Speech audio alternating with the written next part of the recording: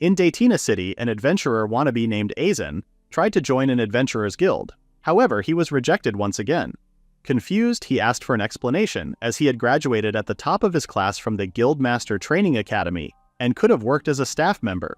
The Guildmaster explained that the rejection was due to the current trend. Aizen argued that numbers alone could not determine an adventurer's true ability. He suggested changing the evaluation criteria so the guild could stand out from the rest. However, the Guildmaster refused, saying he would not act differently from the other guilds. He then told Aizen to give up on joining his guild. Aizen walked down to the first floor of the building after his application was rejected. This was his 10th rejection. Adventurers were people who took on dangerous monster hunts and dungeon explorations. Through these missions, they gained fame and wealth using only their own skills. It was a popular profession. To support them, adventurers' guilds were established. These organizations helped by arranging jobs and sharing information. New guilds appeared constantly, leading to fierce competition to attract adventurers. The leaders of these guilds, known as guildmasters, managed operations and supported adventurers according to their own beliefs. Aizen's dream was to become one. The adventuring industry was always in need of more people. However, Aizen struggled to get hired because of a strange new trend. He found it odd that people relied entirely on status measurements to judge adventurers. Despite this, Aizen refused to change his views. A year earlier, the Merchant Guild introduced a new tool called the Status Scouter. It displayed a person's abilities as numerical values, providing a clear way to measure an adventurer's strength. The numbers were fairly accurate, and soon adventurers were judged based on these statistics alone. While skill had always determined an adventurer's worth, this new system turned society into one that relied purely on numbers. But Aizen had his own beliefs. Since childhood, he had been able to see mysterious letters that no one else could. When he entered the training academy for guildmasters, he learned to control these letters and eventually understood their meaning. During his time at the academy, instructors often looked down on students with low grades, even if they dreamed of becoming guildmasters. One day, Aizen witnessed a student being harshly criticized. Unable to stay silent, he confronted the instructor, arguing that grades weren't the only measure of a good guildmaster. He pointed out that the student had a natural talent for bringing people together. The instructor dismissed Aizen's argument, insisting that grades were the most important factor.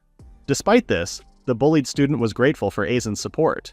He admitted he had been thinking about dropping out to take over his family's business. Before leaving, he encouraged Aizen to keep pursuing his dream. That moment strengthened Aizen's resolve.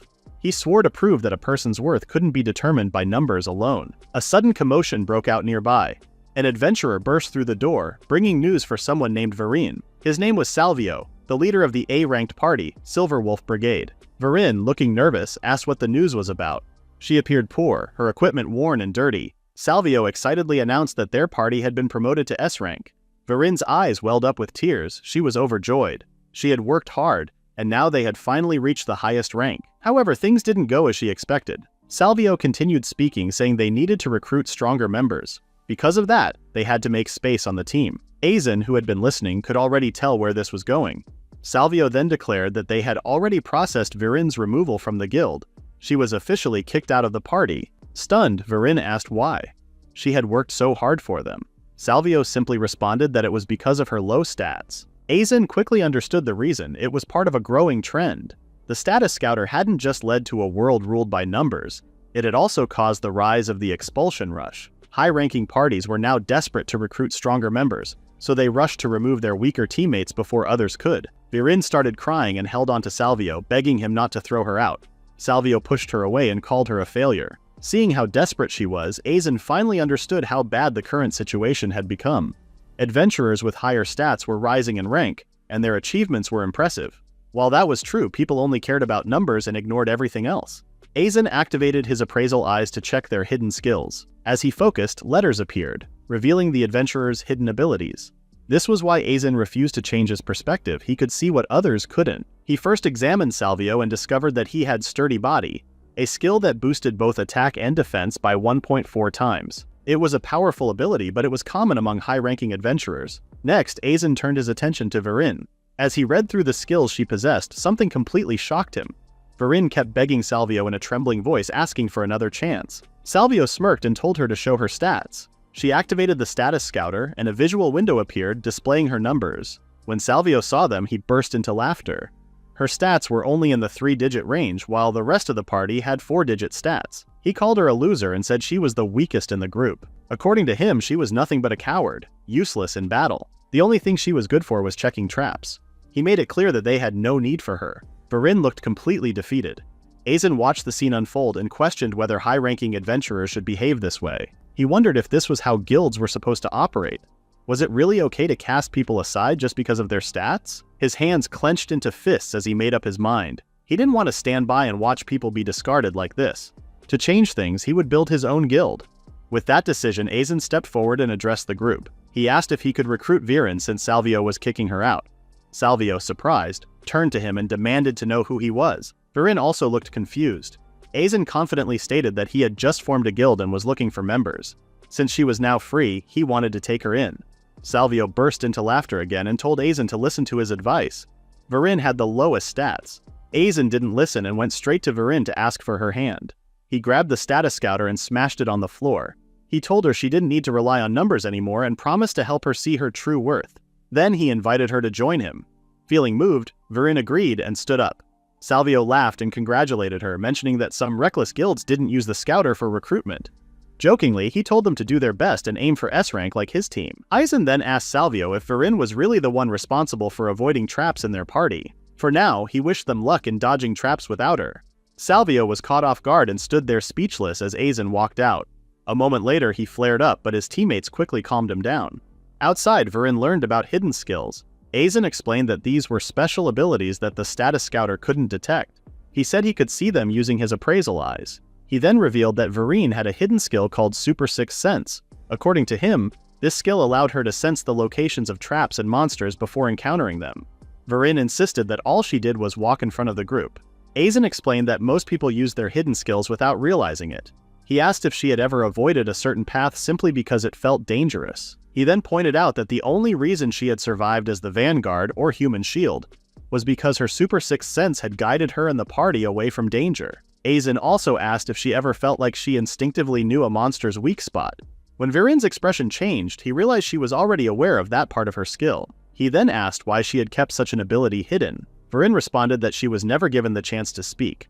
Hearing this, Aizen told her not to hold back anymore. He encouraged her to use her full power and to speak her mind freely.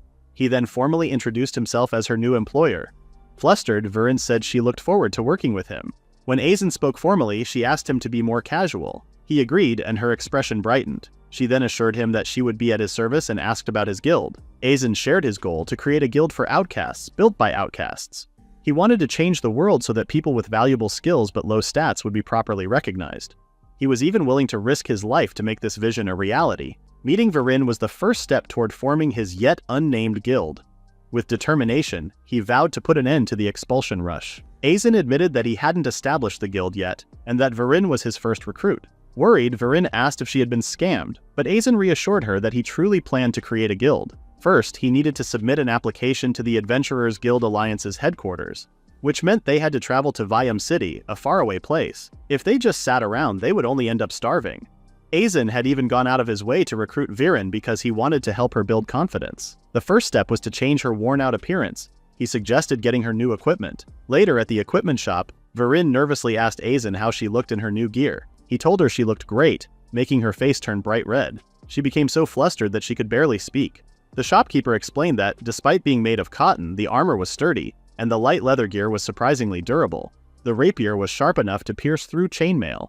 Aizen called it excellent but was concerned that the design looked too delicate for an adventurer. The shopkeeper then explained that this was the golden age of adventuring, and many adventurers now cared more about style than practicality. Somehow Aizen found that reasoning believable. Viren was too shocked to speak as she examined her new equipment. Aizen noticed her reaction and asked if she liked it. Embarrassed, Viren said she couldn't afford such an item. Aizen reassured her, saying it was a gift for joining his guild. Still flustered, Viren asked if he was really sure. Aizen told her it wasn't a big deal. In his mind, this was necessary to help Viren regain her confidence. Since she would be working for him, he saw it as an investment. To him, it was worth it if it meant seeing Viren looking this adorable. His words completely flustered her, leaving her blushing. Afterward, they headed to the Avalon Guild to take on their first assignment. Viren was amazed by how impressive the place looked. As they walked in, Aizen mentioned that he knew someone there who could help them.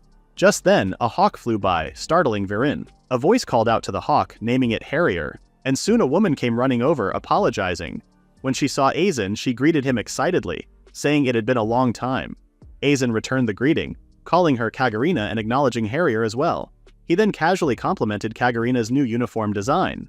Shyly, Kagarina asked if it looked good on her.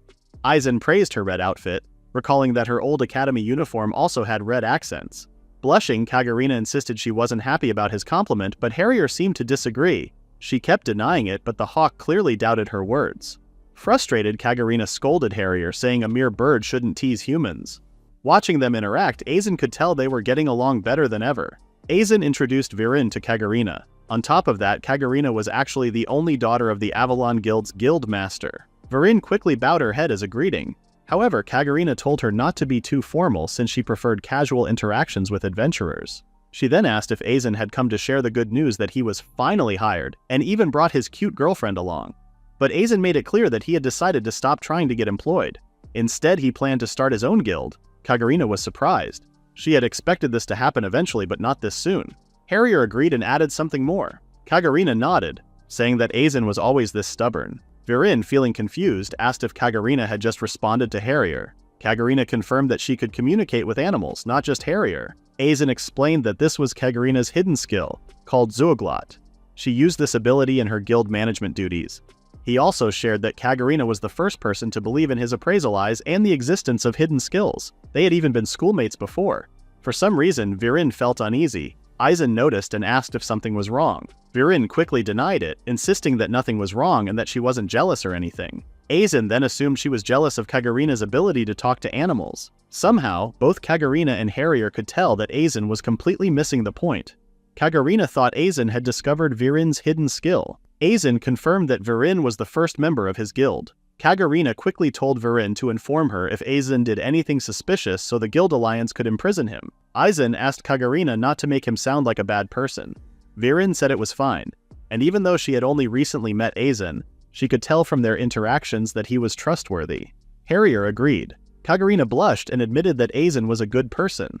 Harrier sighed and Kagarina told him to be quiet. Aizen then explained that he needed money to start a guild. Since he had nothing, he set aside his pride and asked Kagarina for any available job. Kagarina refused, saying she couldn't give regular commissions to a two-person group made up of a single adventurer and a recent graduate. Aizen then asked about irregular commissions. Kagarina was surprised and realized she couldn't hide things from an academy graduate.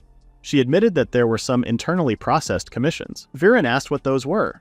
Aizen explained that they were commissions nobody wanted to take. Guilds mediate commissions and provide support, but adventurers often choose the ones that bring in more profit and avoid the riskier ones. Virin realized that this left the people who requested those commissions in a difficult situation. In short, internally processed commissions were tasks the guild had mistakenly accepted, but struggled to assign. However, the guild couldn't simply go back and refuse the request, as that would hurt its reputation. Kagarina further explained that the guild would usually reach out to affiliated parties or high-ranking adventurers they had connections with, and offer extra compensation to complete these commissions. Virin now understood why they were called internally processed. Kagarina added that even with the extra payment, adventurers often still refused. Aizen asked Kagarina if she ever wanted to get rid of those requests and inquired about what was left. He said they had the same goals in this matter. Even Harrier agreed, but Kagarina insisted that Harrier didn't understand at all. Aizen then asked what Harrier meant. Somehow, the hawk managed to convince Kagarina to give up. She slammed a huge stack of commissions on the table, all listed with multiple stars.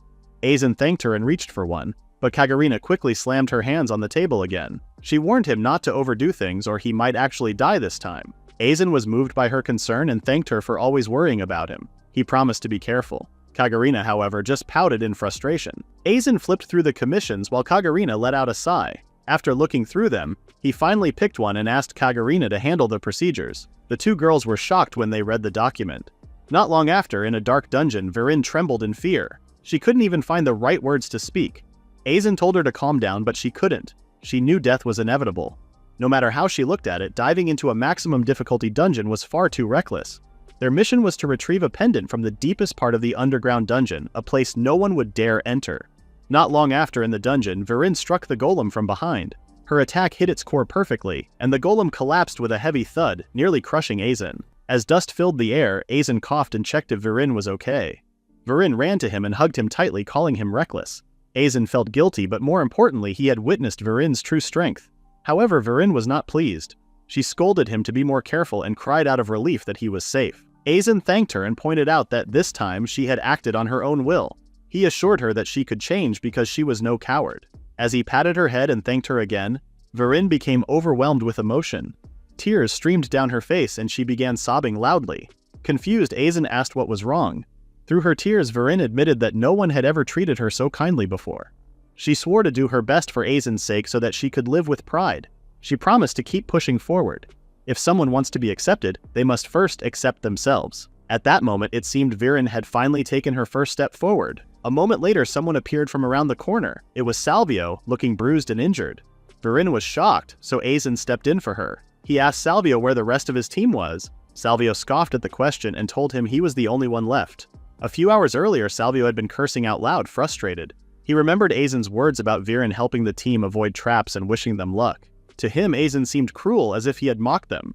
But now, instead of Virin, the team had a scout with better stats, so everything should have been much easier. Salvio then turned to the new scout and asked which way they should go. The scout suggested taking the left path since there were fewer monster tracks, and it was a straight route. He believed there wouldn't be many traps. Still, he warned everyone to stay alert and asked them to watch his back just in case. Salvio ignored the warning and confidently walked ahead on his own. The scout tried to stop him, but it was too late. Salvio triggered a trap and an arrow shot out, hitting him in the right shoulder. He screamed in pain as the others rushed over, pulling out the arrow and giving him first aid. Angry, Salvio grabbed the scout by the neck and slammed him against the wall. He shouted that the scout had said there wouldn't be any traps. The scout denied ever saying that. Frustrated, he reminded Salvio that danger was always present on every path and demanded to know if their previous scout had ever warned them about that. Salvio was angry, but when he tried to use Virini's name as an excuse, he hesitated. He realized he had always left the scouting job to her. If she had died because of a trap, he wouldn't have cared since they could always hire someone new. However, he suddenly remembered that he had never been caught in a trap when Virin was leading the way. But the moment he took charge, a simple trap got him. Before he could process everything, monsters appeared on the path ahead. The scout quickly warned that the red kobolds must have smelled the blood and told everyone to prepare for a counterattack. One of the female warriors, confused by his words, asked what he meant. Before she could get an answer, a monster attacked and killed her. The scout couldn't believe he had joined such a terrible party. One by one, the team members were slaughtered as they screamed for Salvio's help. But he just stood there, frozen in fear, unable to do anything. At that moment, he realized he had made a huge mistake by expelling Virin from the party. Salvio knelt and begged Virin to return to the team. He admitted that kicking her out was a mistake and promised to make her the second in command. He claimed she had a great power she didn't yet understand and insisted that he was the only one who could help her unlock it. He even offered money, fame, and anything else she wanted. Virin looked at Salvio with disgust, shocking him. She firmly stated that she didn't care about money or fame. She knew Salvio only saw her as numbers and power. In contrast, Aizen valued her as a person. He listened to her and understood her. Without hesitation, she declared that she would stay with Aizen. Salvio was left speechless. At that moment, a group of adventurers rushed in after hearing a scream. Aizen quickly explained that Salvio had been attacked by a monster and asked them to take him to the surface. One of the adventurers agreed, saying they were already heading back and called for their team's medic. As Salvio lay there helpless, Aizen remarked that he was unfortunate, but this was a result of his own actions. Virin then urged Aizen to keep moving forward. The two continued deeper into the dungeon. However, Virin noticed something strange. There were no monsters anywhere. She expected to see at least a few roaming around. Then Aizen leaned in and whispered something to her. She nodded and said she would give it a try. Virin focused, and at the same time, Aizen used his appraisal eyes on her. She had a skill called Super Sixth Sense, which allowed her to detect traps, monsters, and even their weaknesses. It could also react to non-living objects and things that weren't monsters. If that was true, then they might be able to find something hidden. Suddenly, Virin sensed an item buried under a pile of rubble. She picked it up and Aizen was shocked. It actually worked just as he expected. He then recalled their request. A former adventurer had asked them to find a pendant he lost long ago during a dungeon attack, where he had also lost his friends. The pendant had the party name Daedalus engraved on it, along with the names of all the members symbolizing their eternal bond. Virin smiled as she looked at it. It was proof that adventurers had shared journeys together. Aizen was also moved, realizing that there were still people who truly valued their companions. At that moment, he made a decision. He would name his guild the Outcast Guild. He wanted it to be a place where those who didn't belong anywhere else could gather and use their full strength. Seeing Aizen's determination, Virin decided to fully support him, even if it was just a dream for now. As the first member of the Outcast Guild, she swore to stand by him and help in any way she could. In her heart, she promised to always stay by his side. Later, at a tavern, Aizen and Virin celebrated the success of their first job together. Aizen remembered how shocked Kagarina and Harrier were when they saw the pendant from the request. They couldn't believe it. He told Kagarina to have more faith in her classmate, but she warned him not to get carried away and admitted she was worried. Aizen called her kind for worrying about him. Embarrassed, Kagarina called him a weirdo and told him to go die in a dungeon. When it came to the reward, Aizen suggested that Virin take 80% of it. She refused, saying it was too much. But Aizen reminded her that they only made it through the dungeon and found the pendant because of her. He even joked that if she kept refusing, he would give her 90% instead. Worried, Virin questioned what kind of threat that was. Aizen could tell that Virin didn't care much about money, but he believed that wasn't a good thing. An adventurer's hard work and achievements should be properly rewarded. Virin understood but asked if she could spend the money however she wanted. Aizen agreed. Without hesitation, she told him to use her share to help fund the guild he wanted to start. This time, she threatened him. If he refused, she would transfer all the money to his account herself. She also pointed out that if a guildmaster made a girl pay for everything, it would hurt his reputation. Aizen didn't want people looking at him with cold eyes, so he had no choice but to accept. He couldn't help but laugh. He realized that Virin had her own way of being clever. After that, Virin became more confident in her hidden skill, and her performance improved greatly. They started taking on more internal commissions from Kagarina. Even when the task was difficult, they finished in less than half a day because of Virin's abilities. If they had to defeat an A-ranked monster, they simply struck its weak point and took it down in one hit. Virin was completing quests faster than some lower-ranked S-class adventurers. Seeing how well she performed, Aizen began to wonder if he was even needed. To be honest, Virin could clear a dungeon without him. Thanks to their progress, they finally saved enough money for their guild's expenses. Aizen then suggested going to VM City, where the Guild Alliance headquarters was located, to officially apply for their Outcast Guild. Virin happily celebrated the decision. Meanwhile, in VM City, at the Guild Alliance headquarters, a meeting was taking place. A woman greeted the others in a playful manner. A rough-looking man complained upon seeing her, while another man wearing a bandana asked them to stop arguing. The representative then started the meeting to discuss the future of their guilds for the next half period. The representative was Galaic Farnese, a leader of the Adventurer Guild Alliance. The Alliance was an organization that brought together many adventurers and guilds. To become an adventurer, a person had to join a guild, and that guild had to be part of the Alliance. Among all the guilds, 3 major ones stood out and one representative managed them. These 4 individuals were known as the 4 Great Stars, and they had the authority to shape the future of all adventurers. They were considered the most powerful guild leaders of all. Galaic stated that they had 2 important matters to discuss. The first was about a creature living in the cave labyrinth of Harana City, the Aqua Hydra. He explained that even S-ranked parties struggled to handle this monster despite it appearing in a low-level dungeon. Many C and D-ranked parties had already suffered casualties. He urged them to take immediate action. A rough-looking man interrupted, calling the discussion pointless. He suggested offering a 1000 gold reward and issuing an emergency subjugation request. He believed that if they put the quest on the board, adventurers would take it quickly. Raido Kagura, a member of the Avalon Guild and Kagarina's father, disagreed. He argued that this approach would only lead to unnecessary losses since even new S or A-ranked adventurers couldn't handle an Aqua Hydra. Volk Leopold of the Hekatoncheiri Guild slammed his fist on the table, insisting that the world followed the rule of survival of the fittest. He claimed that if adventurers failed, it was their own fault. A woman then raised her hand to get their attention. She was Melis Ilushka from the Aryanrod Guild. She pointed out that events like this could shake things up. She believed that the quest could give an adventurer party a chance to make a name for themselves, which she considered a good opportunity. Raido turned to Galaic and asked for his decision. Galaic suggested following Volk's plan, saying it would help the entire guild. However, he warned that they shouldn't accept just anyone. Only adventurers approved by their guildmasters should be allowed to join. The next topic was about the status scouter and the expulsion race that started because of it. Volk said the item was useful since weak adventurers with low stats were unnecessary. Galaic agreed that seeking strong allies was not wrong. In the past, teams only disbanded due to disagreements or contract limits. However, he believed the expulsion race was a problem. He pointed out that the actions of S-ranked adventurers had spread everywhere, even leading to fights. He warned that the Alliance would not tolerate further damage to public order and safety. Raido mentioned that poor management was also becoming a problem because too many people were joining and leaving teams. He learned this from his daughter. Melis added that some teams that had removed their members and recruited stronger adventurers actually became weaker. Galaic argued that growth and success couldn't be measured by numbers alone. He believed those who only cared about profit would eventually fail. Volk became angry and asked if Galaic was saying that teamwork and kindness were necessary. He called Galaic a disappointment and told him to retire, suggesting that he should take over instead. He claimed that by removing all weak members, he could make the guild stronger than ever. Galaic glared at him and warned him not to act overconfident. The tension in the meeting room grew, and everyone could feel it, including Volk. He was surprised that Galaic could still give such an intense look. Volk stood up and walked away. He said their conversation was over and that he didn't care how they controlled the trend. He claimed he would stay out of their way, at least as long as they didn't lose their ambition. Melis sighed and called Volk childish. Then she turned to Galaic and asked him to do something about the expulsion race since she didn't like it either. She was worried that one of her favorites might end up getting expelled. Galaic reminded her that she was old enough to handle things herself. He told her he would appreciate it if she focused on guiding the younger ones. Melis giggled as she stood up from her seat.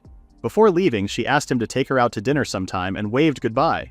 Galaic couldn't believe that the Lion King and the Immortal Witch hadn't changed at all. Raido then pointed out that Galaic had provoked Volk too much. He asked what would happen if an internal conflict started. Galaic laughed and said he would leave it to the younger generation to handle it. Rando sighed and asked him to give him a break. Rando shared some good news and reached into his pocket. He tossed something to Galaic. The old man caught it and checked what it was. He was shocked to see the pendant he never thought he would find again. Rando remembered that Galaic had been retired for 40 years, and mentioned that he could have sent a search team earlier. Galaic explained that it was a personal request, and he didn't want to use his authority for it. He had already considered giving up since no one was taking the request. As he read the words engraved on the pendant, memories of his old team, Daedalus, came rushing back. Holding the pendant tightly, he welcomed back his long-lost friends. Wiping his tears, Galaic asked if Rando's adventurer party had found the pendant. Rando told him that it was actually his daughter's schoolmate who had taken on the request. He called the boy interesting and mentioned that he was in the process of forming his own guild. Galaic then asked for the boy's name. Aizen had just faced one of the biggest problems in his life and didn't know how to tell Vereen about it. He couldn't believe he had failed the application. About 20 minutes earlier, a staff member had called him ridiculous and told him to leave. Confused, Aizen asked why, since he thought submitting an application was enough. The staff member explained that it depended on the guildmaster's personality. He claimed that someone like Aizen couldn't even handle a group of low-level recruits. He didn't want to deal with reckless people who would only lead their guild to ruin. Aizen argued that his guild was getting results and asked if there was any way to fix the situation. The staff member then suggested hunting down some wanted bandits. He said that if Aizen could capture Grand Zeft, he would at least consider listening to him. Aizen wanted to ask more about Grand Zeft, but the staff member dismissed him and even threatened to call security. Deep in thought, Aizen walked away. He didn't want to ruin Vereen's good mood with the bad news. He imagined her protesting, which could even lead to her getting arrested. He wasn't sure what to do. Just then he bumped into someone and fell to the ground. He quickly apologized and asked if the person was okay. As he reached out a hand to help, the old man apologized as well. It turned out to be Galaic, who thanked Aizen. By the way, Vereen was waiting for Aizen alone outside the Alliance's HQ. Aizen apologized again for bumping into Galaic and asked if he was hurt. Galaic assumed Aizen wasn't an adventurer, which confused him. The old man joked that adventurers these days usually didn't apologize when bumping into someone. However, Aizen could tell that Galaic was also an adventurer. Even though he looked thin, he had a strong build and a confident smile. Galaic then guessed that Aizen had come for a guild-related application. Aizen scratched his head and admitted that he did, but the receptionist had called him crazy and turned him away. He explained that he wanted to start a guild called the Outcasts Guild, which would accept those who didn't belong anywhere else. Galaic was surprised. He stared at Aizen and asked for his name. Confused, Aizen introduced himself fully. At that moment, Galaic realized that Aizen was the boy who had found his pendant. He called their meeting fate and asked if the receptionist had said anything else. Aizen explained that she had told him to capture Grand Zeft of the Thieves Guild. Since Aizen was from the countryside and didn't know much about them, he asked Galaic for information. Galaic explained that Grand Zeft was a bandit group that had been getting a lot of attention recently. They used to be low-level adventurers, not much better than common thugs. However, after a man named Hugo took over as their leader, they became one of the most powerful groups in the underworld. Now they were involved in theft, trafficking, kidnapping, and even murder, especially the abduction of important people for ransom. Aizen asked why the guild headquarters hadn't taken action. He pointed out that if adventurers committed crimes, it would damage the reputation of the Adventurers Guilds Alliance. Galaic assured him that the headquarters was trying, but Grand Zeft was like mist. They were impossible to catch. Unlike fighting monsters in dungeons, tracking down criminals was much harder. Aizen understood that they had no way of capturing them. Galaic explained that one of his friends had been a victim of Grand Zeft. The attacker had injured him with a blade and stolen his belongings. He regretted that his body was no longer fit to chase criminals. Aizen noticed Galaic trembling as he gripped his walking stick. If his own friends or colleagues suffered the same way, he knew he wouldn't forgive the attacker either. If no one stopped Grand Zeft, the harm would only spread. At this rate, Aizen wouldn't even be able to apply to the guild. Determined, Aizen decided to track down Grand Zeft. Even if he couldn't avenge the old man's friend, he could at least find a clue. However, he worried that the receptionist might not accept his offer. Galaic then joked about whether lowlifes could even be inside the headquarters, saying the Alliance representative would be furious if they were. Hearing that, Aizen admitted he would feel relieved if the representative got involved. Aizen had always admired the representative because he was the strongest among millions of adventurers. He was a mysterious figure, and Aizen never imagined he would meet him in person. He wondered what kind of person the representative really was, but at that moment he was already talking to him. Galaic said he enjoyed their conversation but needed to leave. Before walking away, he told Aizen that he looked forward to his progress in tracking down Grand Zeft. Aizen wasn't sure what the old man expected since his unofficial guild only had 2 members, but Galaic believed Aizen was lucky and had a good feeling about him. He told Aizen to treat the request as a test and do his best. As he left, he called Aizen a young guildmaster and hoped they would meet again. Hearing those words made Aizen happy. The old man had a dignified presence and seemed like a good person. Since he wore the headquarters uniform, Aizen wondered if he held an important position. Now that he thought about it, he never asked for his name, but somehow, he felt they would cross paths again. Afterward, Aizen reunited with Vereen. She immediately congratulated him on the application. Her bright and cheerful expression made Aizen hesitate. He had something difficult to tell her, but he knew he had to say it. At the market, Aizen and Vereen walked around looking at the different stalls. Vereen saw various products and daily necessities. Earlier, Aizen had told her about the application, and as expected, she protested. For now, they decided to visit the town market for a change of pace and to gather information. Vereen kept glancing at the shops, curious to explore them. Aizen smiled as he watched her, and she quickly noticed. She pouted and asked if he thought she was acting childish. Aizen denied it, but Vereen didn't believe him. She reminded him of his own words about helping others grow as part of his duty as a guildmaster. She said she wanted to see him smile too and insisted that she wasn't a child anymore. Blushing slightly, she hesitated before saying that she was a woman now. However, Aizen, not understanding what she meant, asked what she was talking about. Embarrassed, Vereen quickly said she just wanted him to recognize her as a proper guild member. She also wanted him to enjoy things for himself. Aizen apologized for troubling her and thanked her for being a good companion. Flustered, Vereen decided to leave the conversation as it was. Aizen still had no idea what she truly meant. They continued browsing the shops, enjoying the sights. Vereen bought a colorful crepe as a snack while Aizen commented on how good the kebabs smelled. He asked if Vereen wanted a bite. Shocked, she froze for a moment. Aizen assumed she was uncomfortable with the idea at her age and thought he had done something careless. But instead of rejecting the offer, Vereen surprised him by asking if she could have some. Aizen told her not to force herself, but with a red face, she insisted that she didn't mind and even wanted him to feed her. Aizen held out the kebab and Vereen took a small bite. She was surprised by how delicious it was. Curious, Aizen took a bite himself and was amazed by the explosion of flavors. He decided that when he returned to Viam, he would definitely eat it again. At that moment, Vereen held out her crepe and asked Aizen to take a bite. He told her it wasn't necessary, but she insisted, saying it wouldn't be fair if he didn't. In the end, Aizen accepted and tasted the dessert. It was sweet and enjoyable even though it wasn't a fancy treat. He thanked Vereen, and she simply told him not to worry. What Aizen didn't know was that Vereen had a small secret of her own. After he took a bite, she ate from the same spot where he had. She also enjoyed the crepe's delicious taste. When Aizen noticed how happy she looked, he made a comment about it. Surprised, Vereen blushed and couldn't find the words to respond. For now, Aizen decided to gather information about Grand Zeft. He planned to visit the nearby Adventurers Guild and told Vereen they would head out after finishing their food. He wanted to check the city's guilds just in case he learned something useful. As soon as they stepped inside one, they walked into a tense situation. A girl with long animal ears shouted that she wouldn't accept such treatment. Aizen found it strange to see a beastman working as an adventurer. He had heard that some places allowed it, but it still wasn't common. The beastman girl accused her teammates of being unfair and claimed the guild wouldn't tolerate their actions. However, her leader stated that Volk of Hecatonchere, the group they belonged to, had already approved their decision. He coldly declared that they didn't need weaklings. At that moment, Aizen realized what was happening. The leader then announced that the Beastman girl, Micah, was now expelled from his S-ranked party, Aegis. The scene felt familiar, almost like deja vu. The leader felt proud of his announcement, but Micah couldn't believe what she had just heard.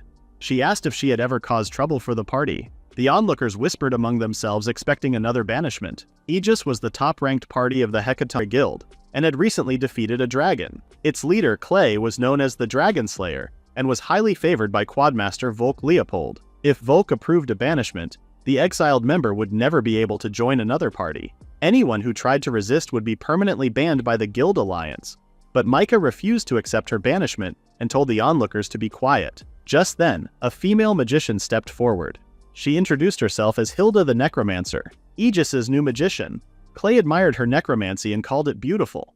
Micah turned to Silas, the team's tank, hoping to discuss the matter further. Silas reminded her that it had been her job to protect the party from magic attacks, yet he had been the one neutralizing them instead. Micah wanted to argue, but in the end, she held her tongue. Vernd grabbed Aizen's sleeve. He saw her trembling, probably remembering when she was banished from her previous party.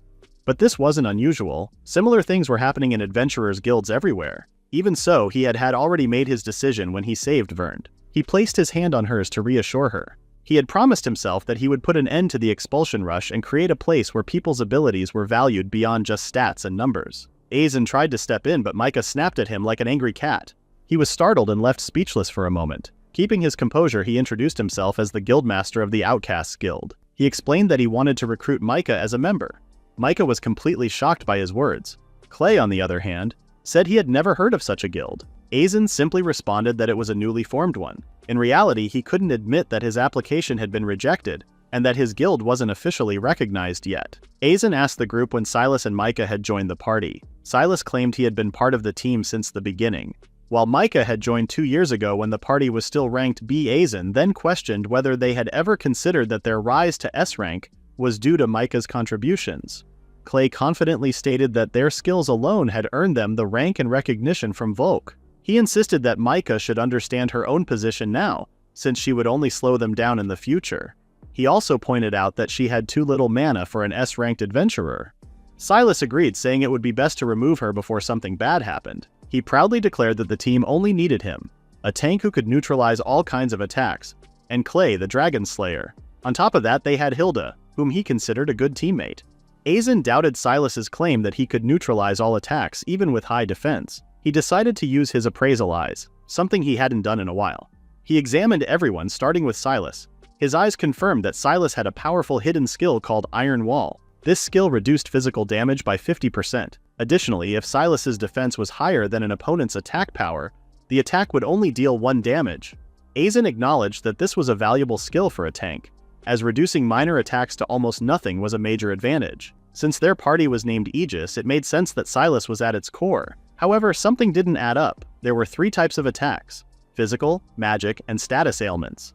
Most tanks struggled against magic and status effects, which was why magicians played a key role in countering them. Monsters had various attack types, so tanks focused on blocking physical damage, while magicians handled magical and status-based threats. Earlier, Silas had claimed he could block magic himself, but he lacked a skill for that. Aizen realized that the real reason magic attacks were being neutralized wasn't Silas, it was someone else. When he focused on Micah, he discovered her hidden skill, Miko Blessing. This ability nullified physical attacks against a single target 3 times per battle. However, using it came at the cost of greatly reducing her maximum mana during the fight. More importantly, it could also nullify magic and status effects on the target an unlimited number of times. Aizen was stunned. Micah's hidden skill was something overpowered and perfectly covered Silas's weakness. Even though using it reduced the number of attacks because of lower mana, it still made the front line much stronger. Clay's comment about Micah's low mana confirmed how her skill worked. Aizen also noticed that Silas misunderstood the situation. Micah then told Silas to listen. She said that without her power he would be in trouble. Silas, however, told her to stop trying to reason out. From the way Micah spoke, Aizen realized something. He asked if she even knew about her own skill. Micah, caught off guard, asked what he meant. Aizen wondered why she never reported it. If she had, she wouldn't be in this situation and others would see how useful she was. Hilda stepped in and told the group to leave since they had work to do. At that moment, Clay remembered Aizen mentioning the Outcast Guild. He dismissed it, saying a weak guild would suit weak people, and even told Aizen he could take Micah if he wanted. Micah tightened her grip on her staff, unable to believe what she had just heard. Aizen responded, saying he wasn't happy for himself but for Micah, who was now free from a terrible party leader and guildmaster. Clay stopped and demanded to know what he meant. Aizen then called Clay and Volk scumbags for abandoning their own companions, despite having traveled together all the way to S-Class. Angered, Clay swung his sword at Aizen's neck, but Viren blocked the attack in an instant, deflecting his blade with ease. The room fell silent in shock. Viren declared that she wouldn't let anyone harm Aizen, and that she wouldn't forgive those who mistreated outcasts. She made it clear that she despised people like Clay. Clay was furious, but before he could act, Silas reminded him that drawing a sword inside the Adventurers Guild was strictly forbidden. Even so, Clay refused to let them insult Volk. Just then, Hilda clung to his back and whispered that she was scared. For some reason, her words calmed him down. Taking a deep breath, he apologized, admitting that he had lost his temper. Aizen suspected Hilda's words had some sort of magical effect since she was a necromancer. At first, he thought she might be the type to disrupt parties, but she seemed much calmer than Clay, which made her a rather unsettling presence in his eyes. Clay turned away and warned them not to show their faces to him again. He couldn't promise he wouldn't draw his sword next time. Then he walked off, leaving the tense atmosphere behind. The hall finally grew silent after Aegis left. Aizen sighed and commented on Clay's boldness for drawing his sword inside the guild. Micah, worried about what could have happened to him, scolded him. Viren also asked Aizen to at least give her a signal next time. Aizen thanked Viren for her help but admitted that she had spoken without thinking. At that moment, he had only felt bad for Micah. Micah was surprised and called Aizen strange, but she could tell he was a good person. Viren eagerly agreed and praised Aizen almost like a fan. She then introduced the Outcast Guild, explaining that it welcomed adventurers who had been exiled for their low stats, and those who had yet to realize their true potential. She claimed that everyone could prove their worth in the Outcast Guild. Micah, feeling pressured, complained about how close Viren was being. Viren then invited her to support Aizen together for the rest of their lives, which Micah found overwhelming.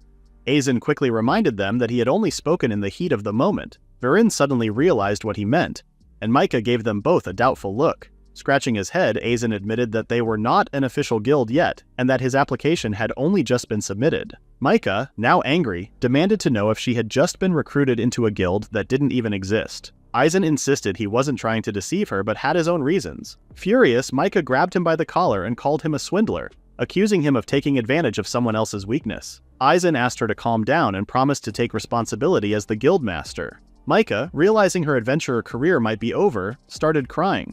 Aizen tried to reassure her, asking her to listen first, while Viren also helped to calm her down. Micah soon found out that the Outcast Guild's application had been denied, but there was still hope. If they caught the Grand Zeft Thieves Guild that had been causing trouble lately, they might get a reward. Aizen explained that was why they needed help from people who were already active in the city. Micah agreed to help. She felt like she owed them something because they had protected her from Clay and her old teammates. Still, she asked for some time to think about joining their guild. Aizen told her that the choice was completely up to her. He even said that his guild was small and not very strong. Micah quickly said that wasn't what she meant. Then Aizen got serious. He asked if it was really true that she got kicked out of Aegis just because her stats were low. Micah felt hurt by the question and admitted that her mana was lower than an S-ranked adventurer's. That's what Clay had told her too. Aizen thought there had to be more to the story. He brought up her skill called Miko's Blessing, and Micah suddenly raised her voice. She told him to shut up and ordered everyone to leave the room. Later, in the alleyway, Micah asked him the same question again. She wanted to know how Aizen knew about her skill when she had never told anyone. Aizen calmly showed his eyes and explained that he had a skill called Appraisal. It let him see special traits and hidden skills in others. Micah was shocked when she heard the words hidden skills. Aizen apologized for using his skill without asking.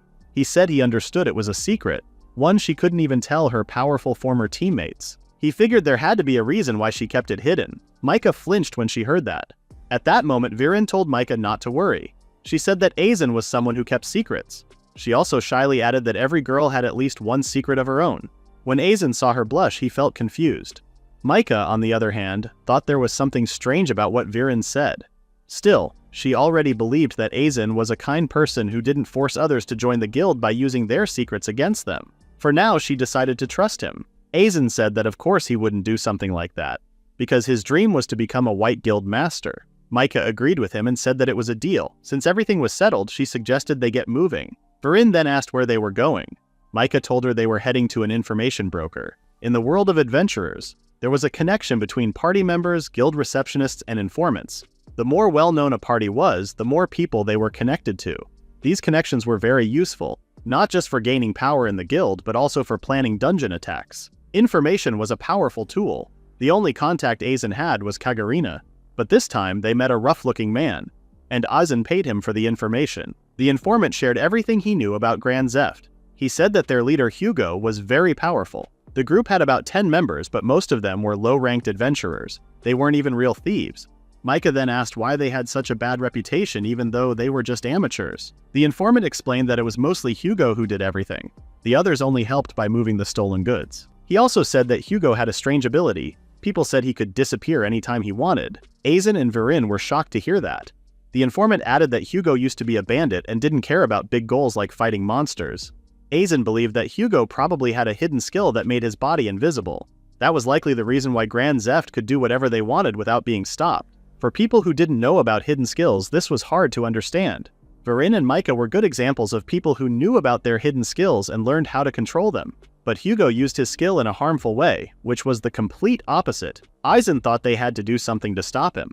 After meeting with the informant, Micah said she had a feeling that the leader had a powerful ability. She asked what they could do next. Then she suggested they split up for now. She planned to use her contacts while she told the others to ask around the town or at the Adventurers Guild. She wanted them to investigate carefully. The sky was already getting dark, and Virin felt upset that they didn't find anything. It seemed like her super sixth sense couldn't help her find people either. Aizen could tell she was trying very hard. Just then, Virin heard a soft whining sound nearby. In a small alley, she found a puppy trapped in a metal jaw trap. She quickly helped the puppy get out and wrapped its hurt leg with bandages. The puppy started licking her face and she said it tickled. Aizen said the puppy was showing thanks, but he also started to wonder why a trap was placed there, almost like someone did it on purpose. At that moment, some thugs came up to them. They had heard that Aizen and Virin were asking questions about their group, the Grand Zeft. Since the two were getting in the way, the thugs were told to kill everyone, except for the Beastman girl. Aizen asked if they meant Micah, but the thugs said it didn't matter because they were going to die anyway. Two of the thugs rushed to attack while their leader, who stayed in the back, was already thinking about what he would do with Virin later. But right then, one of the thugs flew past the leader and hit the ground. Virin told them not to worry. She hadn't even drawn her sword yet. Then she easily knocked out the second thug. She couldn't forgive them for hurting a small puppy just to trap them, and for pointing their weapons at Aizen, who was special to her. She warned them to get ready because she was going to hurt them badly. More thugs showed up, but none of them could stop Virin. In the end, she was the only one left standing, surrounded by the knocked-out thugs. Aizen already knew how strong Virin was. Even though she had been kicked out of her party, she used to be an A-ranked adventurer. Adventurers ranked C or D had no chance against her. Just then, the leader of the thugs went after Aizen instead. But to everyone's surprise, Aizen dodged the attack and punched the thug in the face. He explained that he was used to getting into fights with people who made fun of him. He might not have been strong enough to fight monsters, but that didn't mean he was weak. Still, Aizen said he didn't like fighting because it made his hand hurt, and he didn't think he was that strong anyway. Virin asked if he was okay. Aizen said he was, and thanked her for helping. Then he walked up to the thug he had just punched. The thug quickly gave up and promised to tell them everything he knew. Aizen asked where Grand Zeft's hideout was and where they could find Hugo. The thug stuttered and said he didn't know. Virin warned him to give a proper answer, then pressed her thumb on his forehead. The thug screamed in pain. Even Aizen, who was just watching, could tell it hurt. He guessed that Virin had hit a weak spot only she could see. The thug shouted that he really didn't know where Hugo was.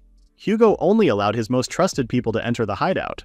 Regular underlings like him weren't told anything. Aizen figured Hugo was the type to be very careful. Then Aizen asked about Micah. The thug said he was also from the Far East, and over there Micah was part of the famous Shirokani clan. He said she was a royal family member and one of the missing Mikos. He was shocked when he saw her working as an adventurer so far from home. Until recently, no one dared to go near her because she was part of Aegis.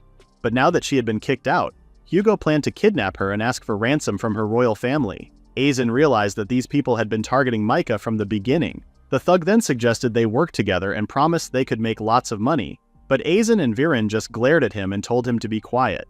Then they knocked him out. Since Micah was alone, they decided to hurry and catch up to her. Meanwhile, Micah was in pain. Someone invisible was attacking her. The attacker called her a little kid who smelled like money and warned that it was dangerous to walk alone. She might get attacked by some evil thief. Then a creepy half-transparent man appeared in front of her. Soon after, Aizen and Virin found a familiar staff lying in an alley. They knew right away it belonged to Micah. Aizen realized that while he and Virin were being attacked by the underlings, Hugo must have taken his main group and gone after Micah. The situation was bad. Hugo had a hidden power. He could turn invisible. Once he kidnapped someone, it was very hard to find him again. Virin held the puppy tighter, feeling worried about Micah. Aizen noticed the puppy whimpering and suddenly got an idea. He thought someone he knew might be able to help. At that moment, a girl saw them from across the street. It was Kagarina with Harrier sitting on her shoulder. She said it was just a coincidence that she saw them. She explained that she was on her way to give a document to the Alliance and didn't expect to run into them. Without wasting time, Aizen grabbed her arm. He said he needed her help. He told her he needed her power. Kagarina misunderstood what he meant and started blushing. Meanwhile, Micah woke up, but she was chained by all 4 limbs and couldn't move at all. A man laughed and asked if she was finally awake, saying she was now in the Grand Zeph's hideout. He introduced himself as the most wanted man in the city, Hugo, also known as the Invisible Hugo. Behind him stood 3 other men. Micah felt angry. She wanted to shout at him, but she knew she was in trouble. 4 enemies were in front of her, and without her staff, her magic might not work as well. She tried to cast a spell using only her finger, but Hugo stopped her. He told her it wasn't their first time kidnapping a magician. He pointed to the handcuffs on her wrists, saying they had special seals that stopped magic. Micah realized she couldn't do anything, so she asked what they planned to do with her. She reminded them that she was part of the S-ranked party, Aegis, and that Clay the Dragon Slayer wouldn't stay quiet about her disappearance. Hugo only laughed. He said he already knew she had been kicked out of Aegis. He also knew that her current group only had a weak guy and a young girl. He claimed those 2 were probably... Micah didn't let him finish. She quickly asked what they did to her companions. Hugo just laughed again. He said they had been watching her for a long time. They knew she came from the Shirokane clan, a royal family from the Far East. Micah was shocked. She nervously asked if they were mistaken for thinking she was royalty. Hugo said it would make sense if she were a dangerous royal. Then he pulled out a knife and called her pushy and annoying. Micah shouted that threats wouldn't work on her and they shouldn't underestimate her. But Hugo smirked and told her not to be scared because he wouldn't stop even if she screamed. He pointed the knife at her, and Micah couldn't help but shut her eyes. At that moment, angry dogs rushed into the hideout. Hugo's men were confused and ended up getting attacked and killed by the dogs. Hugo asked what was going on and blamed Micah for it. Micah explained that she didn't have the power to control dogs. Then a girl stepped forward and explained that the dogs weren't being controlled, they were helping them on their own. Micah was happy to see the group safe. Viren said it was expected. She explained that the dogs were helping because Kagarina had asked them to, using her skill called Zooglot. She was proud that Kagarina had made so many animal friends. The puppy barked as if to agree. Viren also shared that Kagarina was now bringing help from the Alliance, and the back door was guarded by more dogs and Kagarina's hawk, Harrier. Aizen finally spoke, telling Hugo, the leader of the Grand Zeft Guild, that his crimes were over. Hugo said nothing. He could see his men were no help anymore. He couldn't believe they were all defeated. Still, Hugo confidently asked if they really thought they had him trapped. Then he turned invisible. Micah shouted that Hugo's power was invisibility. Hugo mocked them, saying it must be scary not knowing where he was. He said he would kill them and escape. But Aizen said it was too late. He had already figured out Hugo's hidden skill. He held the puppy in his arms and said that Viren was more than enough to stop Hugo. Hugo then jumped at Viren with a knife. He believed every person had a blind spot above their head, and now that he was invisible, she wouldn't be able to see him. Viren had her eyes closed the whole time, but she still knew where Hugo was. She quickly pushed her sword forward, hitting him and slamming him into the wall. Hugo's invisibility started to fade as he now had a wound in his stomach. After she pulled her sword out, Hugo fell to the ground. Viren said her super sixth sense helped her find his weak spot, even if she couldn't see him. Hugo's hidden skill was called camouflage. It let him bend light to make himself invisible. But it didn't hide his sound, smell, or presence, and he could still be hurt. Viren also took the keys from Hugo's pocket. As always, Aizen thought her skill was really helpful. Then Micah asked why they saved her, even though she didn't want to join them. Aizen reminded her that she had already agreed to help them look for Grand Zeft. Viren said that even if they couldn't be allies, they could still be friends. Micah didn't know what to say. Her eyes filled with tears because she felt moved. As they unlocked her chains, Micah started to wonder if their guild was the place where she truly belonged. Soon after, the same guild staff from earlier bowed in front of Aizen and apologized.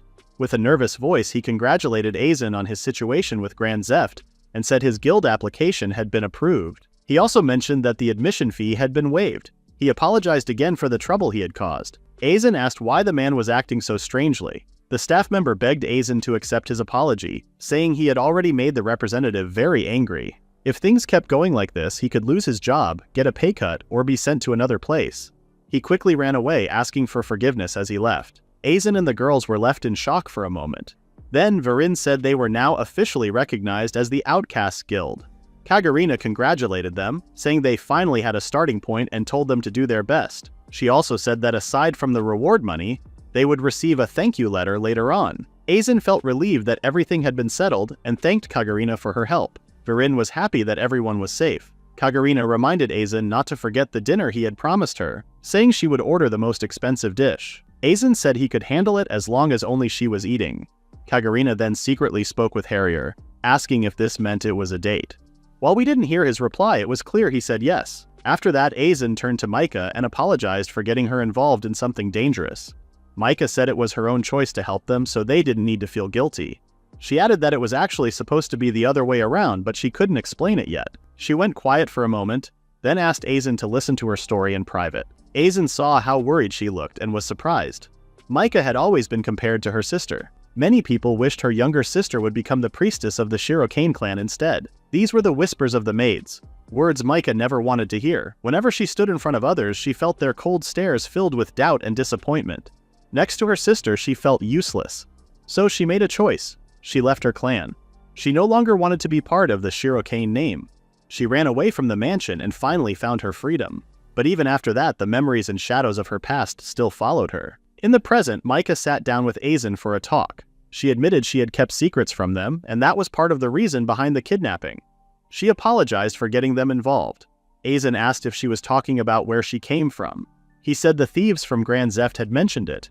He realized that was probably why she had been targeted. Then he wondered if she knew about her hidden skill all along, and if that was why she had kept her distance from the group in the beginning. Mika didn't say anything. Aizen asked why she tried so hard to hide her past. He said if people knew she was a princess from the Far East, the Adventurer Alliance would protect her. Starting her own party wouldn't be hard either. Mika answered that going any further might cause more problems. In the worst case, she could be hunted for the rest of her life. Aizen reminded her that they were friends now. Even Viren had said so. He told her it was okay to share their burdens with each other. Mika was a bit surprised and called Aizen a soft-hearted weirdo.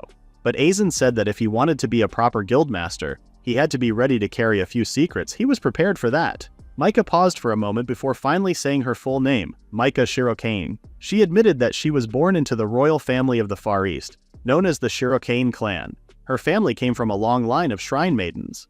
These shrine maidens gave blessings to warriors who protected their land for many generations. This special power was called the Shrine Maiden's Blessing, something Aizen referred to as a hidden skill. Aizen then realized it made sense why Mika knew about her power.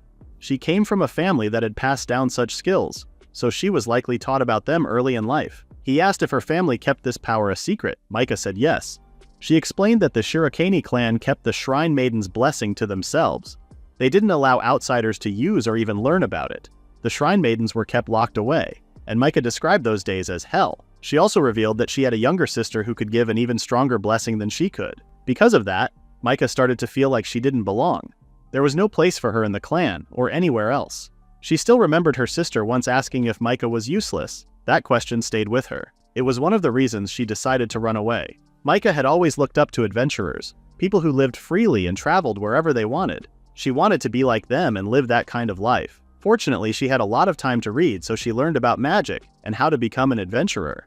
Aizen believed that if people found out about Mika's past or her powers, she might be targeted again or even taken away by her family. Mika said that the Shirokane family's influence should have been strong enough to protect her, and that in a powerful S-rank party like Aegis, no one would have dared to hurt her. But she had been removed from the group because she hid her powers. She found the whole situation strange. She thanked Aizen for listening to her story and explained she only told him because she felt responsible for dragging him and his team into her problems. She asked him to forget about making her a member of his guild, thinking it would be better for everyone. Aizen was surprised and stayed quiet for a moment. Then he thanked her for being thoughtful, but said that was exactly why he wanted her to join. Mika was confused and tried to explain again, but Aizen stopped her. He told her that she needed a place where she could feel like she belonged. He said it wasn't just about her hidden powers, it was also about her as a person, about how she cared for others. He said the guild needed someone like her. He told her that she could always come back and held out his hand. Mika was left speechless. From everything she had said, Aizen didn't feel like she really wanted to say no. Her concern for the team made him think she was hiding how she truly felt. Aizen had already decided that he wouldn't give up on reaching out to her. Then, Aizen stood up and said they would be heading back to Daytona soon. He told Mika that if she changed her mind, Kagarina from the Avalon Guild could help her reconnect. Before leaving, he looked back at her and said he hoped they'd meet again. With that, Aizen walked away, feeling that he had said all he needed to.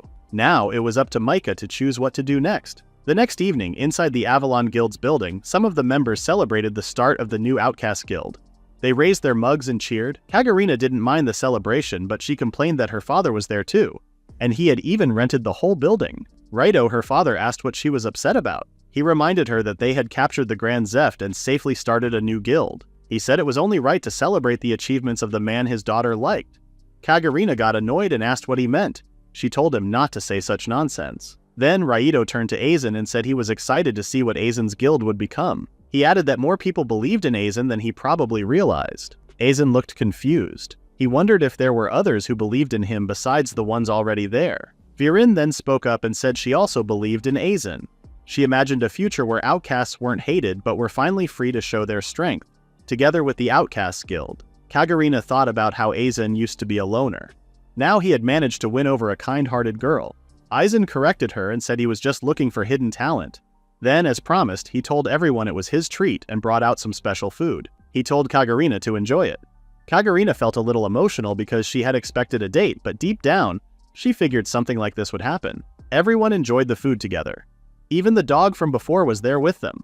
While they ate, Kagarina complained that Aizen hadn't really changed since the old days. She couldn't believe he was now a guild master, but she still called him a real idiot. Aizen said proudly that he deserved credit for always charging ahead with confidence. Kagarina reminded him that his blunt attitude made him unpopular with the teachers, and even got him in trouble with a teacher named Gelman. Aizen agreed and said those were the days. She then asked if Aizen recalled the first time they met. In the past, Kagarina slowly began to understand what animals around her were saying, but she kept telling herself she couldn't hear them. She thought it was impossible and believed no one else would believe her either. Even she had a hard time believing it was real. One day, while she was ignoring a sparrow, Aizen came over and asked why she was pretending not to hear the bird, even though she clearly understood it. Kagarina remembered how Aizen used to ignore people too, even his own friends. Thinking back, she realized she might have been one of the people Aizen had helped. Aizen laughed and said they were even now. He told her that nobody had believed him either, except for Kagarina. Because she trusted him, he was finally able to reach his goal. He thanked her for being a good friend. Kagarina blushed a little and felt happy inside. At that moment, a drunk Viren interrupted them. She shouted that she understood too. She said Aizen had helped her change and that she knew how much Aizen meant to Kagarina. Kagarina quickly denied it and said Aizen didn't matter to her at all. She also told Viren that she didn't understand how she truly felt. Aizen then noticed how drunk Viren was and realized she had been drinking wine, not juice. Raito laughed and told everyone to drink more since he was paying. Kagarina blamed her father for bringing the wine and told Viren to drink some water instead. Then Raito became serious and asked Aizen about his plans for the future. Now that he had started his own guild, he needed to make the Outcast Guild known so that new members would come to him on their own. Aizen agreed but said there were no shortcuts. He planned to find the outcasts one by one and talk to them himself. Right then, Raito suggested that they team up to hunt an aqua hydra. Everyone went silent. Aizen laughed and told Raito to stop joking. Kagarina thought her father was already drunk. Viren said she felt like she would faint just thinking about fighting a monster that even S-ranked teams had trouble with. But Raito looked even more serious, and Aizen realized he wasn't joking. Raito explained that an aqua hydra had moved into a dungeon meant for low-level adventurers. Now C and D-ranked teams were being attacked, and things were getting out of control. He said the Alliance had already made an emergency request to defeat the monster. The reward was 1,000 gold coins, and it would go to whoever completed it first. Raito added that the representative himself asked for help after hearing about Aizen's fight with Grand Zeft and their capture. Aizen was surprised to hear that the representative was involved. Raito also said that Volk and his S-ranked team were getting ready to join the hunt too. He told Aizen this was a rare chance to become well-known. At that moment, Kagarina angrily asked her father if he was trying to get Aizen killed. Her words were too much for Viren. She passed out. Kagarina caught her and gently let her rest on her lap. Just as she expected, it was impossible for them. Aizen agreed and said he was no help in battles. With only Viren on his team, they had no chance of beating an aqua hydra. Someone then asked what would happen if it wasn't just the two of them. Aizen turned to the entrance and saw Micah. She had heard they were going to hunt an aqua hydra and offered to show the strength of someone who used to be part of an S-ranked dragon-slaying team. Aizen asked if she had finally made up her mind. Micah said she trusted his judgment and was now putting everything in his hands. She also said that the Outcasts Guild would now be her new home. Aizen smiled. Micah looked around for Viren and saw that she was completely drunk. She couldn't believe that someone so brave the other day had ended up like this. Micah shook her awake and told her they would now work hard together to defeat the aqua hydra. She called Viren her senpai. Hearing this made Viren excited, and she realized that she had just gained a junior on the team. Meanwhile, in the horror dungeon, a man led a group with a smile on his face. He reminded them that this mission was trusted to them by Volk, the man they looked up to. This team was Aegis, Micah's former group. They were now on their way to finish the subjugation mission quickly using their team's strength. Micah's old team, Aegis, had faced their target monster, which was about to attack them with fire breath. Clay told Silas to move forward. Silas stepped up with his shield, confident that he could block the attack. He believed his shield could always stop breath-type magic. But when the monster released its breath attack, it cut through Silas like he wasn't even there. His face showed shock and confusion as his body was sliced apart. The attack didn't just hit him, it also tore through the ground behind him. For a moment, Clay was frozen in confusion. Then, as he watched Silas's body fall, fear took over. He could only scream as he stood face to face with the Aqua Hydra. 2 days later, in the cave dungeon near Harana town, Varin was busy fighting off a monster. She was surprised by how big the crab was. It wasn't just large, it was giant. The monster then tried to attack Micah, who looked like she couldn't defend herself. But surprisingly, she wasn't hurt at all. A magic shield had protected her. Aizen and Varin were shocked. Then Micah used a spell that made the giant crab fall asleep. Varin hugged Micah and praised her. Micah said it tickled and explained that her shield was part of her hidden skill called Priestess Blessing. This skill could block 3 physical attacks during a battle. It also kept blocking magic and harmful effects while it was active. But there was a downside. Her magic power dropped a lot during that time, so she couldn't use strong spells. The 3 uses of the shield would return after she got some rest. Varin thanked her for sharing that. Micah said she didn't want to repeat the mistake she had made with Aegis. It wasn't just that Micah had been kicked out of her old party, Aegis, for hiding the fact that she had the priestess's blessings. That morning, Raido also brought important news before they left. The S-ranked party, Aegis, sent by Volk, had failed to defeat the Aqua Hydra. They lost their heavy knight, and that was what caused their defeat. Micah held her staff tightly when she said the Silas's name. Her face showed she felt guilty. Aizen saw her expression after hearing about Aegis's failure. He clenched his fist and promised to do his best on this mission. But if things got too dangerous, he would pull his team out. Raido smiled and said that was okay. Even if the order came from the top, Aizen had the right to decide what to do during the mission. Raido told him to stay calm and look at the situation before acting. Varin felt sad that Kagarina wasn't there to send them off. She had scolded them before for risking their lives on missions. Aizen comforted her and said Kagarina was probably just worried about them. Because of that, he promised that the 3 of them would come back alive. Micah promised to protect Varin, her senior. Varin trusted Micah to support her. Aizen also said he would help however he could. He pulled out some explosive vials from his bag, getting ready. Soon, the team reached a large underground lake. Varin felt something strange. Her instincts told her the enemy was near. Suddenly, the water bubbled and something huge came out. The Aqua Hydra rose from the lake with a giant splash. It looked at them and let out a loud screech. It was the huge 7-headed water serpent they had heard about. Micah asked if Varin was ready, and she said she was. Varin then rushed forward, remembering what Aizen had told them earlier. A normal Hydra usually had 9 heads, but this one had only 7. Still, it was a dangerous monster that attacked with all its heads at once. The most dangerous part was its water breath magic. It could cut through almost anything, so weak defenses wouldn't work. Aizen had said there was only one way to fight back against it. Varin stayed focused as the monster began using its water breath magic. The monster attacked, but Micah told her not to worry because the blessing was protecting her. Varin rushed forward and the Aqua Hydra's attack was blocked by a shield that wrapped around her. The monster looked confused. With its strongest attack blocked, Aizen asked Micah for more support. Micah pushed her hands forward and cast a wind spell called Storm Blade. Sharp blades of air hit the monster's large body. Varin tried to get close and strike, but one of the monster's heads hit her. Luckily, her magic shield blocked the damage. Micah said that weak magic wouldn't be enough and called for Aizen's help. Aizen pulled out some explosive vials from his bag. Then Micah used an ice spell called Forest Savan and froze one of the monster's heads. At the same time, an explosive vial flew toward it. The frozen head exploded, leaving only the neck behind. Even though they could now block the water breath, the Aqua Hydra had another power. Right then, the head that was destroyed grew back. They realized they couldn't win unless they found a weak spot on the monster's body. Varin promised to find it. Thanks to Micah's priestess blessing, the team could dodge attacks more easily. With Varin's super sixth sense, they had a chance to hit the monster's weak spots. It had to be a fast and focused battle. The teamwork between the 2 girls was the key. Aizen had expected trouble from an S-ranked monster, but the Hydra's healing speed was faster than he thought. Still, the frozen heads could be destroyed with explosives. If he could stop just one more head and support Varin, they might actually win. If they beat the Aqua Hydra, Aizen could prove to everyone that being strong wasn't about large numbers. and even someone who had been cast out Ike them could make a difference. The monster began charging up another water breath attack. Micah said it wouldn't work because she had already used blessings on Viren, but instead of aiming at them, the monster shot at the cave ceiling. Aizen was confused. Suddenly the ceiling came crashing down and rocks started falling everywhere. Aizen quickly protected Micah. Viren tried to help them, but the Aku Hydra attacked her. Luckily, her power to block physical attacks activated again. This was the second time it had worked. Aizen started to worry. That power could only block physical attacks 3 times, even though it could stop magic attacks as much as needed. With only one use left, he wasn't sure they could stop all of the monster's heads. It was too risky. Viren finally made it back to Aizen and Micah. Aizen told them they had to retreat. While dust filled the air, they used the chance to run. But when they reached the exit, it was blocked by fallen rocks. Their only way out was gone. Micah said the situation was bad. To clear the rubble, she had to remove the priestess blessing and use a powerful attack.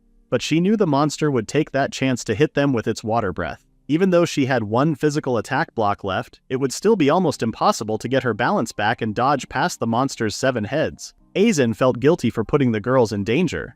He blamed himself. Viren spoke up saying there had to be a way out. She reminded Aizen that he was the one who taught her how to use her powers. If it was Aizen, she believed he could come up with something. Hearing her words made Aizen remember his past. As a child, an adventurer once told him to use his eyes to guide others. That person said talent wasn't the most important thing. It was what supported that talent: friends. Aizen suddenly realized that things had changed so fast around him that he had forgotten his true purpose. He didn't want to prove that outcasts or those who were exiled were better than others.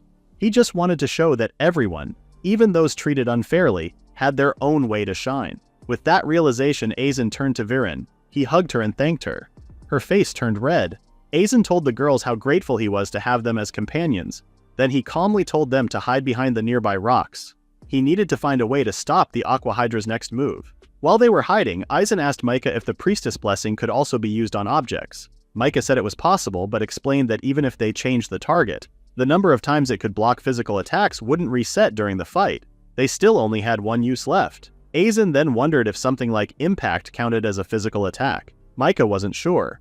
After thinking for a moment, Aizen shared his plan. He wanted Viren to focus on dodging and keeping the monster busy for now. Micah got worried about leaving Viren without protection, but Viren told her not to worry. She believed she could handle it. She felt confident, like she could dodge anything. Micah called Aizen a sinful man, though Aizen didn't really understand why Viren was so excited. Still, he noticed that Viren had become someone they could rely on. Micah also said she would trust Aizen's judgment. Aizen felt happy to hear that, and the 3 of them bumped fists to begin their plan. Aizen reminded Viren not to take too many risks. As she walked away, Viren told them not to worry. Then she ran out from behind the rock, and the Aqua Hydra noticed her right away. Micah removed the priestess blessing from Viren and tried to hold on until they could lead the Hydra away. When the monster got distracted by Viren, Aizen and Micah rushed out from behind the rock. Aizen quickly threw his bag and hoped his plan would work. He asked Micah to bless the bag. She used her priestess blessing on it. The bag was filled with small explosive vials packed tightly inside. These vials were made to explode when they hit something. But because of the blessing, the bag would not explode just from falling. The bag dropped into the lake and slowly sank to the bottom. Aizen gave Micah a signal, and right away she created a large icicle spear. She sent it flying toward the sinking bag. The spear hit the bag and pierced through it, but at first nothing happened. The monster growled, and everyone began to worry. Then the ground rumbled. Suddenly, the whole lake exploded, blasting the monster high into the air. Could this be the Outcast Guild's amazing comeback? After that, the team moved into their new home. It was located in the suburbs, but still close enough to the city for easy travel. Around that time, Kagarina showed up with a visitor for Aizen. A girl arrived, saying she was honored to meet him. She explained that her old team had kicked her out because her stats were too low. But after hearing the stories about Aizen, she came right away, hoping she could join. Aizen told her she was definitely welcome. Along with Viren and Micah, he welcomed her into the Outcast Guild. The girl happily thanked Aizen and shook his hand. She introduced herself as Colette Husqvarna, an adventurer who relied on determination and courage. As Viren started to panic, Kagarina tried to calm her down and then mentioned that she brought some gifts for their new home. Aizen thanked her for both the gifts and for helping them get settled in. He asked if it was okay for her to be away from her shop. Kagarina told him not to worry, other staff were handling it, and added that her father would visit Aizen soon. He had sent a message asking Aizen to get along with him as fellow guildmasters. Micah wondered if that was really the reason, pointing out how Kagarina had clung to Aizen just a few days earlier. Kagarina told her to be quiet. Micah kept teasing her and even got Viren involved. Aizen felt happy that everyone was getting along. Colette said their guild seemed like a fun place and she was glad she came. Aizen smiled, thinking about how they now had a new base and a new member. Since Colette would be joining soon, he used his appraisal eyes on her. Every person had a unique hidden skill, and even though Colette had been cast out, he believed she had one too.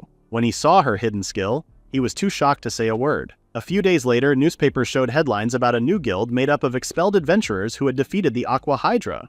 After the monster was taken down, the Adventurers Guild Federation shared the report with the public. This caused a lot of talk among adventurers everywhere. People were shocked. The Aqua Hydra was the same monster that had once beaten an S-ranked team called Aegis. Yet this time, it was defeated by a group of adventurers who had all been kicked out of their former guilds. People many had thought were weak and useless. Because of this, the rumors spread even more. Still, some didn't believe it. Many people held on to the idea that exiled adventurers were nothing but failures with no talent. That opinion didn't seem like it would change soon. Even so, Aizen felt calm and at peace in their new base. With help from Raido and Kagarina, they finally set up a proper headquarters. Since they had officially formed a guild, it no longer made sense to hang around the Avalon Guild. More importantly, they wanted a place where other outcasts could feel welcome. Thanks to the reward they got for defeating the Aqua Hydra, they had enough money to buy a used building. This place became the new headquarters of the Outcast Guild and their official base of operations. Just then, someone walked in. It was Colette, cheerfully greeting Aizen while carrying some firewood. Aizen asked if she had chopped the firewood herself. Colette smiled and said it was as easy as making breakfast. Since she was the newest member, she felt it was her job to help with things like that. Aizen thanked her. Colette then asked if the others were still asleep. Aizen said the two girls worked hard in the dungeon the day before, so he wanted to let them rest a bit longer. Colette was cheerful, hardworking, and always willing to help. She got along well with Viren and Micah, and there didn't seem to be any problems between them. But for Aizen, Colette had become one of the big challenges the guild had to deal with. Later on, Aizen brought everyone to a nearby forest to test what Colette could do. Colette held her halberd and asked if this was some kind of strength test. Viren said it wasn't anything that serious, it was just to check how well Colette could work with the team. Aizen agreed and told everyone to fight the monsters like they usually did. He asked Viren and Micah to support the group as always. It didn't take long before monsters appeared. Colette moved to the front. Aizen explained that they were hobgoblins, B-ranked monsters that weren't too strong alone, but could be dangerous in groups. He reminded everyone to stay alert. Colette listened carefully and jumped into action. She leaped into the air and swung her halberd. The monsters began to fall one after another. Excited, Colette rushed ahead, ready to defeat even more. Aizen knew Colette wasn't weak. She used to be part of an A-rank party, which meant she was a skilled adventurer. But before she could reach S-rank, she got kicked out because her numbers on the status scanner were too low. Maybe because they had gone through similar things, Colette and Viren became friends quickly. Colette shared everything about herself, and Aizen could only think that she seemed like an ordinary adventurer. He didn't feel anything special about her, good or bad. But his appraisal eyes saw something different in her. Colette was doing fine during the fight until she slipped and fell. The monster tried to attack her, but luckily Viren stepped in and stabbed it. Micah then followed up with a fire spell that burned the monster into ashes. Colette couldn't say a word. The two girls asked if she was okay and told her not to push herself too much. Colette said sorry for being clumsy. While everyone laughed and relaxed, Micah noticed that Aizen looked deep in thought. Later, the group got their reward from Kagarina for completing the monster hunt. Micah walked over to Aizen and asked what Colette's hidden skill was. Aizen said it was something interesting. Kagarina noticed something was off. She joked that Aizen always spoke vaguely when he was feeling stressed. Aizen was surprised. Kagarina said she could tell he was worried about something. Aizen laughed a little, feeling caught. He wasn't sure if he was really worried, but maybe she was right. He said that Colette might be the key to a question he had been wondering about for a long time. He thought she might help him find the answer. Aizen used his appraisal eyes again. Surprisingly, their new teammate didn't have any hidden skills at all. In a flashback, a young Aizen once asked a man if he was a great adventurer. The man said he was just an ordinary one. But Aizen told him that he had a strange power that could protect the village from monsters. The man was surprised that someone so young could notice that. He then told Aizen to listen carefully to what he was about to say. But before he could finish, the memory ended. Aizen slowly opened his eyes. It was another calm morning. He thought to himself that he had just seen an old dream. It was a memory from when he was a child. And he wondered if it meant anything. Maybe it was because of the recent fight with the Aqua Hydra, or maybe because of their new guild member. He thought it was probably because of Colette. He still hadn't told Colette about the hidden skills. He wondered if she would accept it if she found out. Colette didn't have a hidden skill, which made Aizen wonder why. Was that even possible? Even though he had appraisal eyes that could see things, There were still many things he didn't know about hidden skills. Just then, Varin and Micah came out of their room and greeted him. Aizen greeted them back and offered them something to drink. Micah joked about how early the guildmaster had gotten up. Aizen said he woke up because of a dream from the past. He told them it was a memory of an adventurer he met when he was a kid. That memory was what inspired him to become a guildmaster. Varin said she thought that part of him was cute. Then Colette showed up and greeted everyone. Varin said Colette was so cheerful, even early in the morning, and said she wanted to be like her. Colette laughed and said being full of energy was her only strong point. Then she noticed Varin's messy hair. Varin got embarrassed and ran off to fix it. Aizen was confused. He thought Varin already had a messy strand sticking up from the start. Micah quickly told Aizen never to say that in front of Varin. Just as Colette asked what the guild would do that day, Harrier the hawk appeared at the window. Aizen asked what was wrong, and the bird pointed its beak at its foot. A message was tied there. Aizen opened it and saw that it was from Kagarina. In the letter, Kagarina said that a guest had arrived at the Avalon Guild, someone she thought would surprise Aizen. Aizen wondered who it could be. Micah also read the letter and noticed that no name was given. Since Kagarina brought it up, Aizen guessed it must be someone important, but he couldn't think of anyone like that. Later, on Daytona's main street, shop owners and people from food stalls happily greeted Aizen and the girls. Micah commented on how popular her guildmaster had become and said it wouldn't be long before more outcasts came to join them. Varin looked excited about that idea. Aizen said he still had a lot to learn and needed to become a guildmaster people could trust. He even wondered if growing a beard would help. The girls pictured it for a moment and told him that his appearance didn't matter, as he already looked fine. At that moment, Colette noticed that most adventurers were now wearing status scouters. She said she used to wear one too before she joined the Outcasts Guild, but Aizen's strong belief that an adventurer's worth couldn't be measured by numbers had changed her. She promised to follow him no matter what. Aizen thanked her. Still, he felt a small pain in his heart. The truth was, it was hard to carry the responsibility of someone who didn't have a hidden skill. But even so, Aizen would never leave Colette behind. She may not have had a special power, but she could lift everyone's mood. That made her more valuable than any number could show. Later at the Avalon Guild, Kagarina welcomed the group. Aizen quickly asked who the visitor was. Kagarina said the guest was someone very important and she let them use the meeting room upstairs. Just then, someone called out to Colette, surprised to see her in Daytona. A bald man said it was such a coincidence. Colette clearly knew them and said their names. The bald man explained that they were also starting to work in Daytona and hoped they could enjoy the new place together. Aizen asked if they knew each other. Colette didn't know what to say, so the bald man explained for her. He said they used to be in the same team, Thor's Hammer, but they kicked Colette out. He laughed about it. Somehow, Colette laughed along too. Aizen then realized that these people were Colette's old team. The bald man pointed out that Colette had low stats and said they only followed the trend. Varin got angry, but Colette stopped her. Colette admitted that her skills weren't very strong. Varin couldn't hide her feelings, especially since she had also been kicked out of a group for the same reason. Then the bald man noticed they weren't wearing status scouters. He guessed they were too embarrassed to show their stats. He said their team must be a weak, low-level group and that they matched well with Colette. Varin gave him a sharp look. The bald man went on, saying that they were the strong ones in the upper ranks, and people like Colette belonged with the lower ranks. He called it knowing your place. Kagarina snapped and warned the bald man not to bring that kind of attitude or thinking into the Avalon Guild. Aizen stepped in and stopped her, staring firmly at the bald man. The bald man thought Aizen was trying to pick a fight. He told Aizen not to mess with them since they were from Thor's Hammer, an S-ranked guild. But Aizen said he didn't care what rank they were. He wasn't going to stay quiet while his guild, the Outcasts, was being insulted. He told them to take back what they said. Colette was surprised.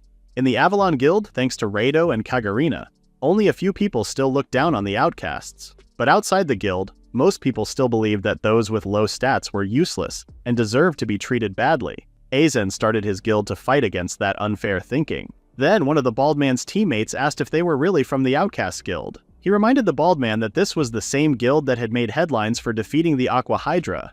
The bald man couldn't believe that a bunch of young people had done that. Aizen asked him in a serious tone what the problem was. He said if they were going to cause trouble for Kagarina and the guild, they could settle things outside. The other members of the Avalon Guild started cheering for Aizen. Kagarina couldn't believe how direct Aizen was, as always.